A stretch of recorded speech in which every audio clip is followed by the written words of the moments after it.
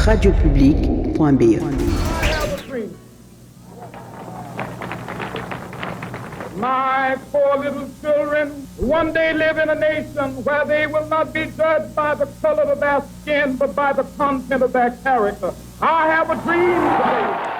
Bonjour chers auditeurs, nous revoilà pour un épisode du Chercheur d'or et aujourd'hui nous allons parler d'un rêve très célèbre. Je suis convaincue que chacun d'entre vous a déjà entendu parler de ce rêve. C'est ici le morceau qu'on vient d'entendre, c'est évidemment le discours de Martin Luther King qui nous a bien ancré dans l'esprit car il répète tel un refrain à chaque strophe le I have a dream, I have a dream. Alors on va remettre les choses dans leur contexte. Qui était Martin Luther King? En fait, c'est le plus grand défenseur des Noirs aux USA. Dans une Amérique raciste et violente, il devient pasteur comme son père. Bien que l'esclavage a été aboli, les hommes noirs et blancs vivent séparément. Alors, il va se faire connaître en prenant la défense à la base de Rosa Parks, qui est une jeune femme noire qui refuse de céder sa place à un homme blanc dans le bus. S'en suivra des marches, des grèves en tout genre. Et ainsi que son célèbre discours qui en fait était prononcé pour les 100 ans après la déclaration de l'émancipation qui libéra des millions de Noirs de l'esclavage. Et donc, ce discours est aujourd'hui reconnu comme un des discours les plus puissants du XXe siècle. Et il nous raconte son rêve. Ici, dans le sens utopie, une situation idéale à laquelle on s'accroche, une vision qui incarne des valeurs à contre-courant du moment et pour cela totalement imaginée et idéalisée. Quand les lois portent en elles une injustice évidente et qui sont pourtant admises pour l'époque, une loi qui réglemente que l'homme noir se doit de céder sa place à l'homme blanc dans le bus, ça paraît complètement fou d'imaginer ça aujourd'hui. Et donc lui, il aura cette idée génie de ponctuer, marteler son « I have a dream, I have a dream ». Donc c'est intéressant aussi la raison pour laquelle il va en fait utiliser le rêve comme motif. Donc c'est pour prendre en fait au trip, parler aux gens, parler droit au cœur. Je pense que le fait d'avoir pris comme motif un rêve, c'était quand même quelque chose d'assez intéressant. Hein. C'est un pasteur, il a l'habitude des discours, c'est un bon orateur, on sent que son texte est préparé, tout ça. Pourtant, il a, si vous regardez dans Wikipédia, il est mis qu'en fait, il aurait improvisé le texte, qui se serait détaché du texte initial pour improviser sur I have a dream, I have a dream. Il est dit aussi qu'il avait une amie chanteuse, Mahalia Jackson, qui lui aurait dit au dernier moment parle-leur de ton rêve, Martin. Voilà donc ce rêve qu'il nous raconte, l'a-t-il réellement rêvé ou s'en est-il simplement inspiré dans sa vie diurne? On ne le sait pas. Mais il y a quand même un point intéressant à faire entre les deux. Car le rêve a son propre langage, truffé d'images, de sorte qu'on comprend intuitivement son message. Et la qualité du texte qui est celui de Martin Luther King va aussi utiliser beaucoup de métaphores, de sorte que tout le monde aussi va en comprendre le sens et ne peut être contesté. Il va parler des menottes de la ségrégation. Vous voyez, l'imagerie qu'il utilise est quand même intéressante.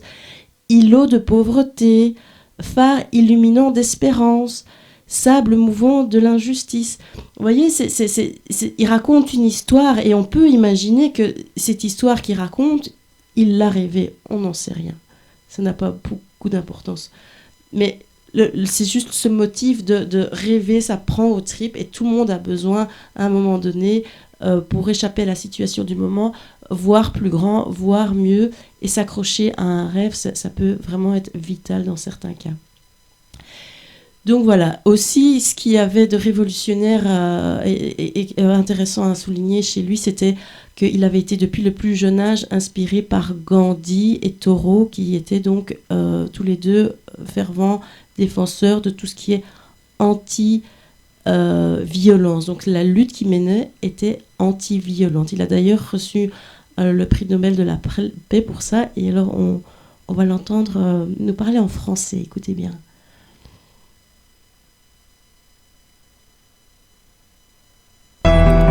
Je suis contre la violence. Voilà, donc il était bilingue, c'est chouette de l'entendre parler français. Donc je pense qu'en fait aussi, ça devait être un homme inspiré. On le sait, c'était pas du goût de tout le monde, évidemment, cette lutte non violente.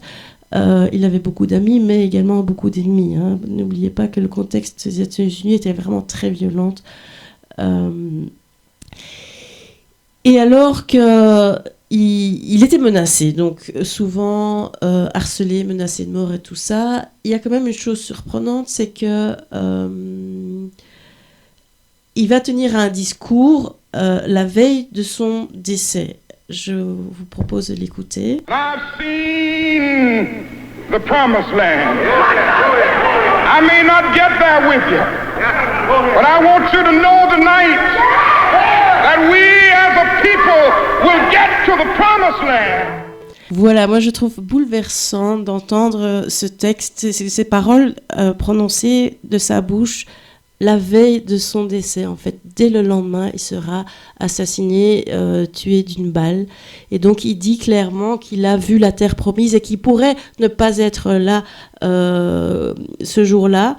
Mais il veut que dès ce soir, le peuple sache qu'il y aura la terre promise. Donc voilà. Donc est-ce qu'il avait fait le cauchemar la veille que ses jours étaient comptés, ou est-ce qu'il était simplement sous la pression du harcèlement qu'il subissait? On n'en sait rien. Mais quoi qu'il en soit, voilà, j'ai beaucoup d'affection pour ce texte, et enfin, pas que moi, je pense qu'il a la puissance qu'on lui connaît. Et alors, j'aime aussi illustrer d'anecdotes et de synchronicité les choses, parce que vous allez comprendre comment un rêve peut être vivant dans la vie réelle. Alors que je préparais cette émission, je prends le bus 59 pour venir jusqu'ici. Et je lis le texte qui a été traduit récemment en français. Je le lis en français pour être sûr de bien avoir tout saisi. Et donc, il est mis tout à la fin. Et je rêve que les Noirs et les Blancs, les Juifs et les non-Juifs, les protestants et les catholiques pourront se donner la main et chanter les paroles du vieux négro spirituel. Enfin libre, enfin libre. Parenthèse faite, ce texte, enfin libre, sera écrit sur son épitaphe. Mais c'est pas là où je veux en venir. Au moment où je lis ce texte, en fait, je lève les yeux devant moi. Se trouve un couple mixte, blanc, noir, et ce couple se tient par la main. Et j'ai trouvé ça formidable. J'en ai vraiment eu des frissons de me dire, mais c'est fou. Au moment où je lis ce texte, sous mes yeux, l'image apparaît, quoi. Donc, ça me fait croire que ce rêve est encore toujours vivant. Et voilà, c'était la chronique du jour. J'espère vous retrouver dès la semaine prochaine. D'ici là, faites de beaux rêves. N'hésitez pas à nous les raconter au 0465 14 69 22. 0465 14 69 22. À la semaine prochaine. radiopublique.be